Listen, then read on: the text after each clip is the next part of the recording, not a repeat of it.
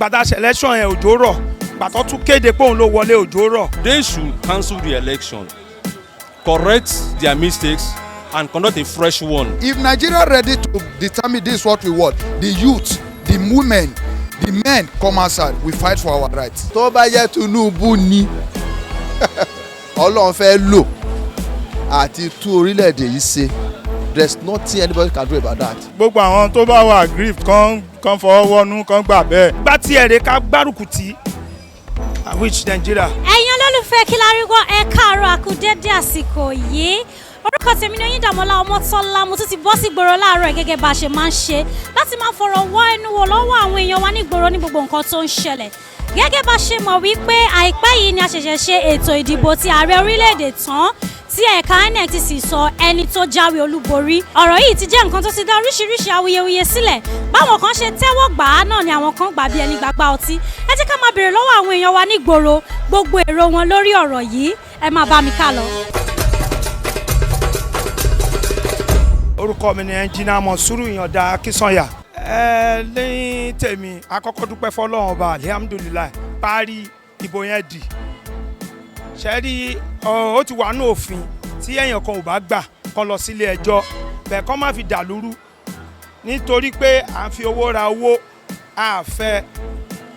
Ẹni tó dẹ̀ bọ́ síbẹ̀ ń sìn ó máa tù wá lára lágbára Ọlọ́run nítorí pé òjò ti rọ̀ òjò túra ni gbàdá election yẹn òjò rọ̀ gbàtọ́ tún kéde pé òun ló wọlé òjò rọ̀ àwọn tí wọlé àárọ̀ wọn ni kó lọ lé ẹjọ́ tí ilé ẹjọ́ bá dẹ̀ ti sọ àwa mọ̀ pé bàbá ni òun ló kàn àwa bẹ̀ gbogbo ọmọ Nàìjíríà kò sí èyí tí ayọ̀ sì tì gbogbo ọmọ ìlú ká sowọ́pọ̀ ká bá ṣèjọba nítorí gbà tó ṣèjọba nílùú Èkó ó mú Yorùbá lẹ́yìn Yorùbá ó mú Haúsá ó mú Ìgbò ó dẹ̀ mú Calabar lára ẹni Elliot tó wà ní Surulere yes tó wá láti Surulere so kí ló wá dé tó máa dé ti president ààrẹ tí ò ní ṣe dáadáa ẹ jẹ́ ká jọ sowọ́pọ̀ ìjà kọ́ ni tá bá ti sowọ́pọ̀ ó máa di nǹkan achievement wa gbogbo ẹ̀ á lè tó bá ṣe fẹ́ aṣíwájú ni òun ló kàn kò sí remedies ṣó ti yé yín nígbà tí bàbá wa Ọbásanjọ́ ó tà ó ní ká fún wọn ní sympathy vote kí gbogbo ìlú máa gbọ́ sympathy vote àtẹ fún bàbá àyàn president ń gbà yẹn so ìgbà tí ẹ̀rẹ̀ ká gbárùkù tí which Nigeria.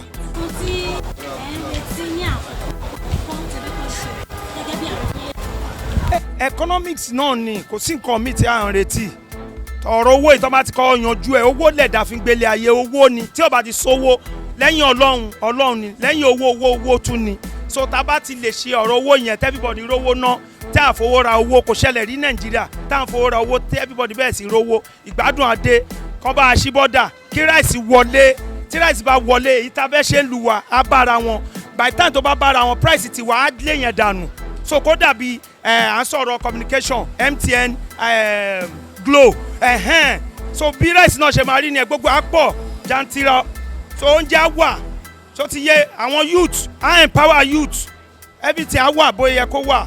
Mr. Adébáyọ̀.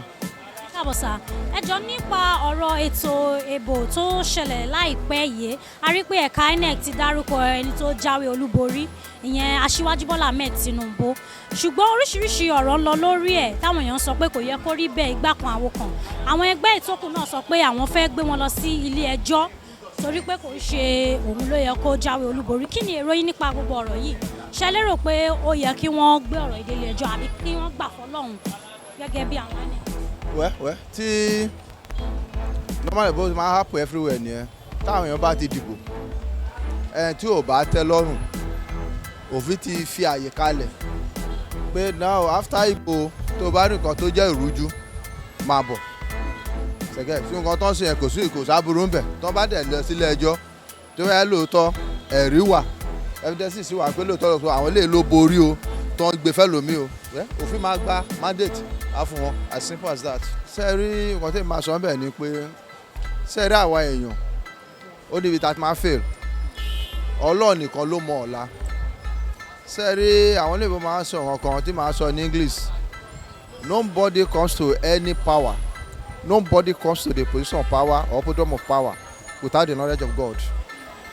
So now if this country will still be in existence 1 trillion years to come the person that will eventually be emerging every 4 years as the president of this country is already known to God. The number of votes that person will score in all the elections, each election, is already known to God. So tó bá yẹ Tinubu ní Ọlọ́run fẹ́ lò àti tú orílẹ̀-èdè yìí ṣe, there's nothing anybody can do about that. It will surely happen. Please, I believe from the look of things, báwọn ṣe criticize ẹ̀ tó wọ́n sọ ọgbà wọn ṣàwò sí náà owin to me owin, so mo believe pé o máa ṣe dáadáa. Well, we have we have a lot of problems in this country, a lot. Well, tó bá bèrè lọ́wọ́ ọmọ Nàìjíríà jẹ́ máa kà á jẹ́ máa wò in this level. Unemployment number 1, kò síṣẹ́, àyàn pọ̀ ń ta tó ríṣẹ́ sí, àwọn tó dẹ̀ tó kàwé jinlẹ̀ wọ́n pọ̀. Kí gọ́ọ̀mẹ̀ kọ́kọ́ wò kán create iṣẹ́. Ṣé tẹ́ bá wo America náà tí ó bá ti dìgbà election wọn, àwọn kan àtọ́ máa sábà bí àwọn president wọn, àwọn tó ń fẹ́ kán contest pé kí lẹ máa ṣe lọ́rọ̀ employment àti tax. Nǹkan tá America máa sọ yìí. So Nigeria system tax òun ṣe bẹ́ẹ̀ ṣe é sùn lọ́dọ̀ àwa, but employment yẹn ni number 1 issue. Sọ pé tá a bá wà engaged, gbogbo wàhálà ẹ̀yọ̀ kan ṣe eré abẹ́ni kan jalè kan ṣe rábàràbà sọgbẹ́t kò ní síbẹ̀. Ìwọ́n tó ti jí lọ síbi iṣẹ́ látàárọ̀ tí ilẹ̀ tuntun tó délé gọ́tì rẹ̀ wàá fẹ́ jẹ wàá fẹ́ sùn, òníra ìrọ́bìs nígboro. So employment number 1. So number 2, so ní ìlú tàwa ẹ̀ṣẹ́ tó bá bẹ̀rẹ̀ àwọn Nàìjíríà tá a ní ọ̀tá àwọn Nàìjíríà wọ́n máa dárúkọ ẹni méjì kan, Mr. Ọlọ́pàá àti Mr. Nepa. Sórí àwọn méjì yẹn president tó bá ń bọ̀ wọ́n ní láti ṣiṣẹ́ gidigidi lórí ọlọ́pàá àti Nepa. Mo ti kà á sí employment, police and electricity mẹ́ta yẹn. Sunday Awogbemi. káàbọ̀ sá, mo fẹ́ bi yín ní ìbéèrè nípa ètò ìdìbò tí a ṣe kọjá, ìyẹn ti ìdíje fún ààrẹ orílẹ̀-èdè. Kò sọ̀rọ̀ ń bẹ́ẹ̀. Ìbò tán dì kọjá ìfẹ́ dàbí Tabiola ni, torí mo rí as free and fair. Tó bá fẹ́ ṣèrú, APC ní opportunity àti ṣèrú lẹ́kọ̀ọ́ náà, but wọ́n ṣèrú torí ẹ̀ náà ṣe mú Èkó. Still yet Ọlọ́run gbé wọn lékè. So gbogbo àwọn tó bá wà aggrieved kan fọwọ́ wọnú kan gbà bẹ́ẹ̀. Tó bá lọ ilé ẹjọ́ náà the same thing ilé ẹjọ́ máa dá wọn. So kò sí èrú kankan nú ìbò tán ṣe kọjá yìí, ó wà free and fair, to be sincere, ó wà free and fair. Kí ni ìyànjú tẹ́ lè gba ààrẹ orílẹ̀-èdè tuntun wípé àbí nǹkan tẹ́ fẹ́ kọ́kọ́ ṣe ọba sí? Kán rí sí gbogbo kùdìẹ̀kudiẹ àwọn mistakes tí previous government ti ṣe, then gbogbo ìnira hardship tí àwọn aráàlú ní lọ́tàn go through lọ́wọ́lọ́wọ́ kán rí sí, kán jẹ́ kí nǹkan tu àwọn èèyàn lára.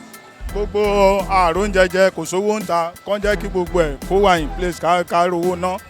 Gbogbo owó tán họ̀dù yìí kí kálukú rówó ná, ká ní access owó wa. Kó ń jẹ dẹ́ wà, tó ń jẹ bá ti wà, mẹ̀kúnnù ò ní complain. Ẹ jọ̀ọ́ kí lorúkọ yín? Orúkọ mi ni Olúṣẹ́gun Olóyè. Ẹ káàbọ̀. Nípa ètò ìdìbò ti ààrẹ orílẹ̀-èdè tí a ṣẹ̀ṣẹ̀ ṣe tán ìdíje yìí, a rí pé ẹ̀ka INEC wọ́n ti sọ fún wa ní ẹni tí ó jáwé olúborí, ìyẹn Aṣíwájú Bọ́lá Ahmed Tinubu. Ṣùgbọ́n ọ̀rọ̀ ń lọ lóríṣiríṣi lórí ẹ̀. Kí ni èrò tiyín? Ṣé lérò pé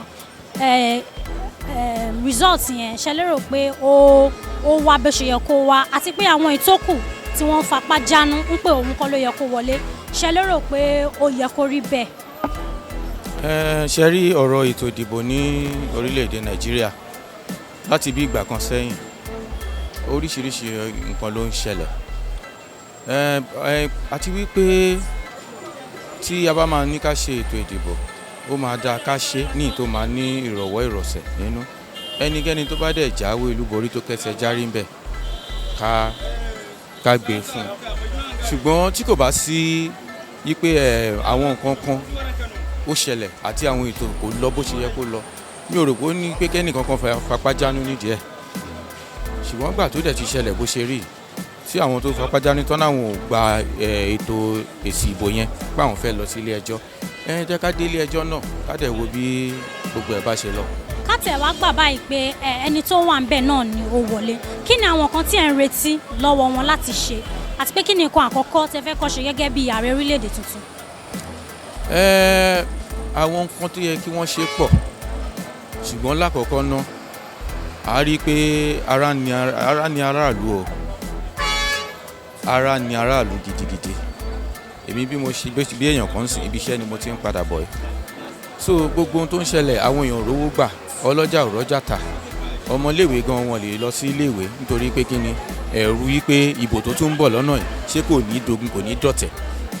So ọ̀pọ̀lọpọ̀ nǹkan tó yẹ kí ìjọba fi dá àwọn aráàlú ẹni tó bá wọlé nísìnyí tàṣẹ́pọ̀ òun ló wọlé o, ó yẹ kán fi dá àwọn aráàlú lójú wípé ìrọ̀rùn ń bọ̀ padà sí orílẹ̀-èdè Nàìjíríà. Oúnjẹ á wà lọ́pọ̀, iṣẹ́ pàápàá èyí tó jà jùlọ fáwọn ọ̀dọ́ pé ìyẹn náà àti ìkíni ìyẹn náà wà, ìyẹn gangan ló ṣe kókó tó ṣe pàtàkì lórí pé ọwọ́ tó bá dilẹ̀ ńkọ́ òun lè sùn yálò. Good morning, sir. Good morning. Please, what's your name? My name is Chidebere.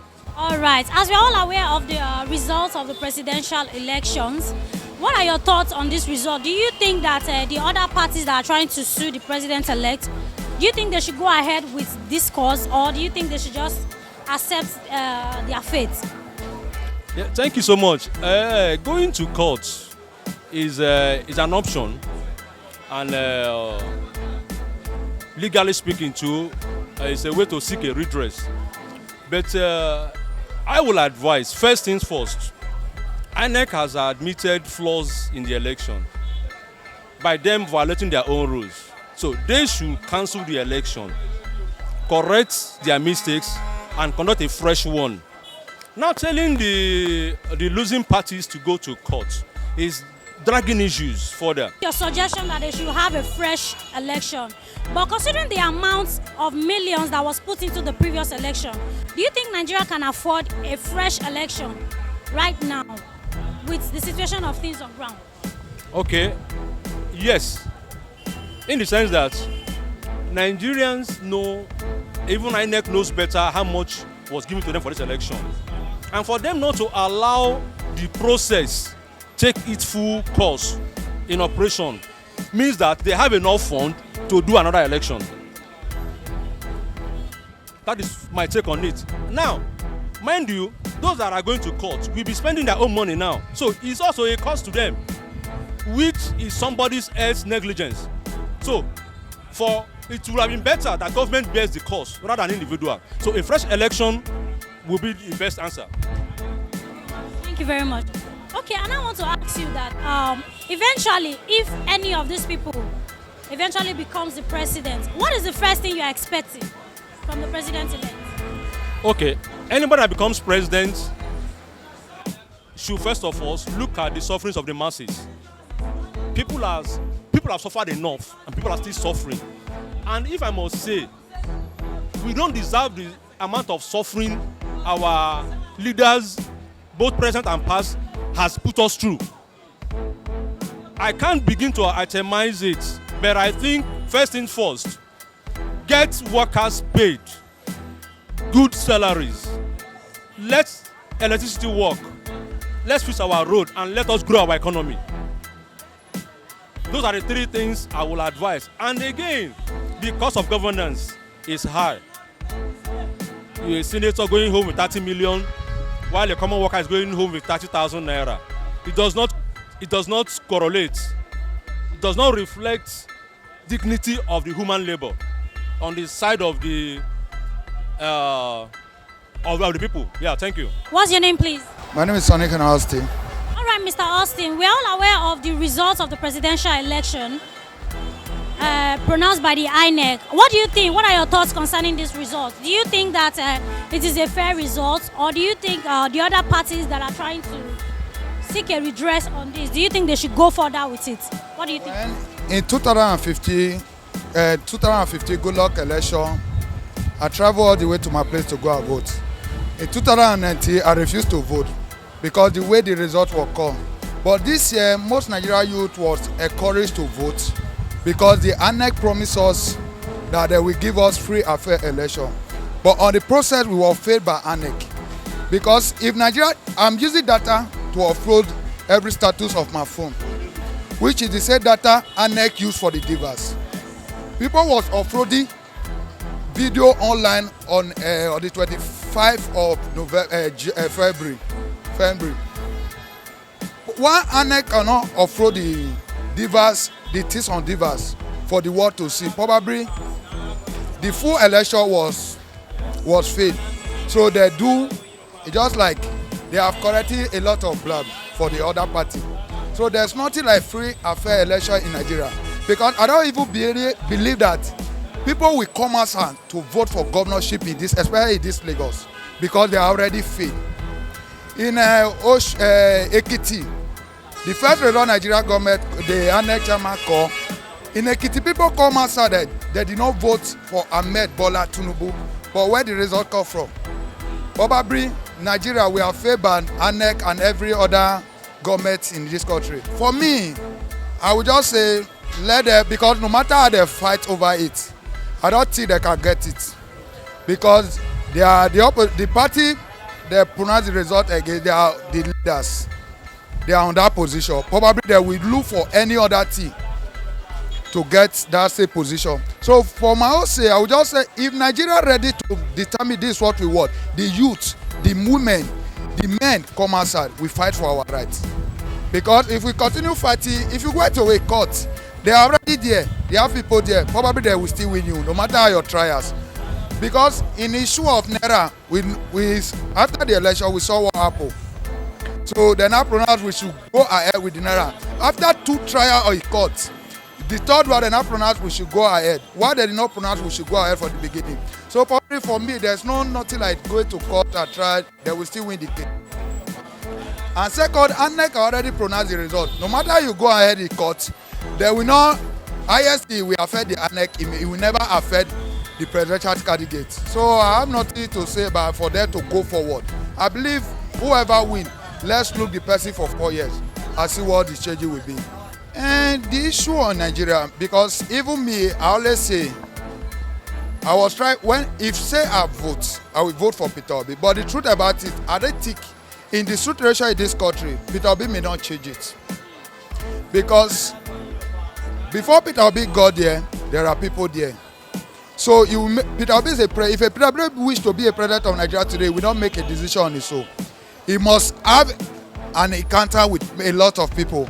And whatever those people say determine what budget or Peter Obi will sign. So Peter Obi have no power to sign any budget, or Atiku have power to sign budget, or Ahmed Bola Tinubu. But when we look issue of Lagos State, I know for me, I've been in Lagos State for a very long time now. So I know that Tinubu does not, I didn't see the good what Tinubu do in Lagos. But what I just see that Tinubu is a kind of president, no matter how economy is bad, he have a little standard that he can bring up, that can boost economy in a little bit. Which is in Lagos 1999/2003, we see the bill between Tinubu and Obasanjo then. When Obasanjo see the Lagos State allocation and order for about 2 to 4 years. But he still manage the economy in Lagos and work. So I believe that if we start on that status, it can make a change. The same way he built Lagos, it can build many states, ban their tax and order. So that is just my own big believing. Yetunde lorúkọ mi. Ẹ jẹ́ ká sọ̀rọ̀ nípa ètò ìdìbò tó lọ lọ́sẹ̀ lọ́hùn-ún ìyẹn ti ìdíje fún ààrẹ orílẹ̀-èdè. Ẹ mọ̀ bí election ṣe máa rí. To me, èmi jáde níjọ́ yẹn mo dẹ̀ dìbò. But ẹ mọ̀ kò sí nǹkan tí no matter nǹkan tó bá ṣẹlẹ̀, àwọn èèyàn ṣì máa lọ sí court. Just normal procedure náà ni. Pé kéèyàn lọ, àyàn tó bá ní ìtẹ́lọ́rùn ní result. So àwọn court dẹ̀ máa determine bó ṣe máa rí. No wàhálà.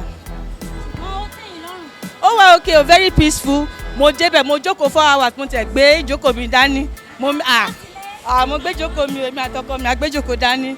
Tẹ́sẹ̀ bá ń ro wá àjókòó. So it was fun, it was peaceful. Everybody queue up one by one. Wọ́n dẹ̀ ń pè wá kò sí jà. Everything was peaceful in my area.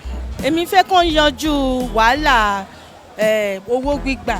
Ẹ mọ̀ obìnrin tó bá ná ọmọ wọ́n á ra biscuit, wọ́n á ra ata, wọ́n á ra gbogbo ẹ̀. Tí wọ́n bá lọ sí bank tó lo 5 hours tó wọ́n á kó 2,000 ẹ lọ́wọ́. Èló ni kílò ẹja? So èmi fẹ́ kàn kọ́kọ́ yanjú ọ̀rọ̀ owó yẹn.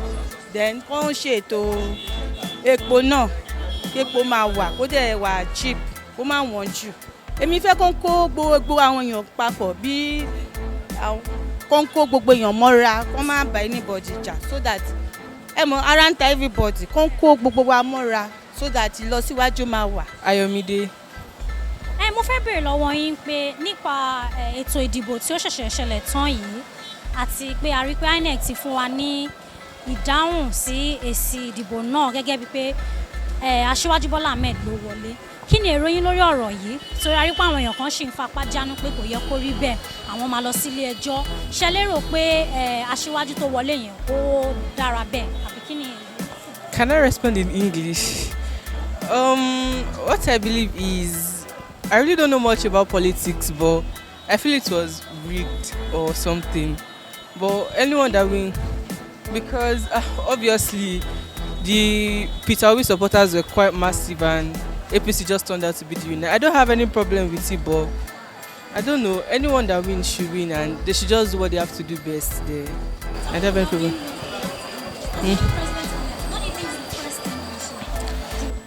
The first thing they should do, I feel probably it should, about schools, stop the strike, then reduce the cost of things, like bring dollar rates down again, so most of the people will be able to afford things.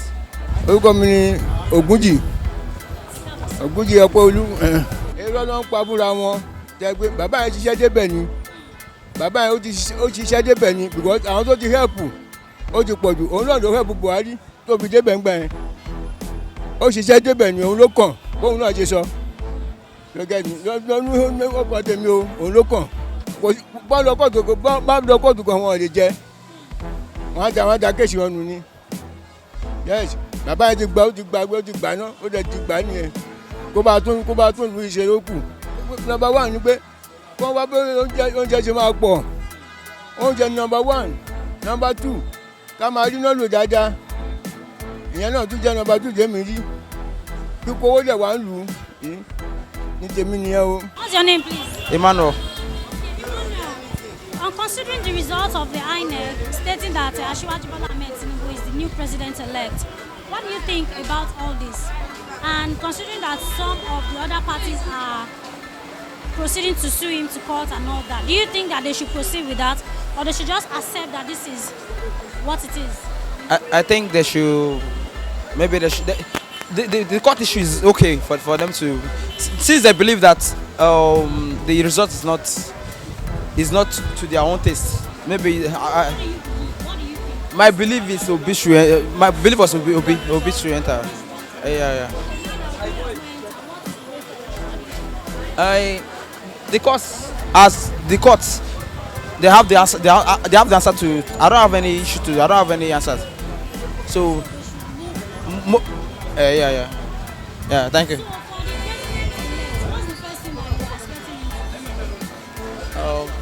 Things are too. I won't lie to. Things are very hard for the common people like me. I'm standing here. I believe they should make things easier for people that is what I think.